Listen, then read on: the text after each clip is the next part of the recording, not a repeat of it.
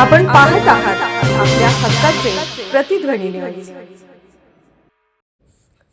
सांगली महापालिका निवडणूक राष्ट्रवादी ताकदीने मैदानात, महायुतीला प्राधान्य पण स्वबळाची पूर्ण तयारी।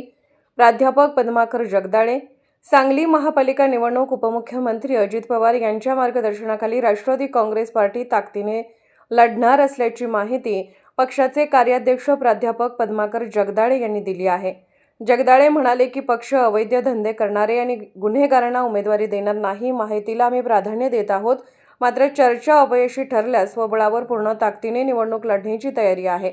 जागा वाटपाबाबत राष्ट्रवादीची मागणी अशी आहे की सांगली महापालिकेत 30 जागांची मागणी, मिरजमध्ये 19 जागांची मागणी, काँग्रेसच्या 10 जागा राष्ट्रवादीला द्याव्यात असा आग्रह केला। जगदाळे म्हणाले की 30 जागा न मिळाल्यास आम्ही स्वबळावर पूर्ण ताकदीने लढू। शाहू फुले आंबेडकर यांच्या विचारांनी आम्ही निवडणुकीला सामोरे जाणार आहोत। इच्छुक उमेदवारांचे अर्ज आजपासून स्वीकारले जाणार। अर्जाची अंतिम तारीख 12 डिसेंबर। या पत्रकार परिषदेस मुन्ना कुरणे, जमील बागवान, वीरेंद्र थोरात, राधिका हारगे, आकाश माने यासह अनेक पदाधिकारी उपस्थित होते। प्रतिध्वनी चॅनलला सबस्क्राइब करा आणि बेल आयकॉनला क्लिक करा।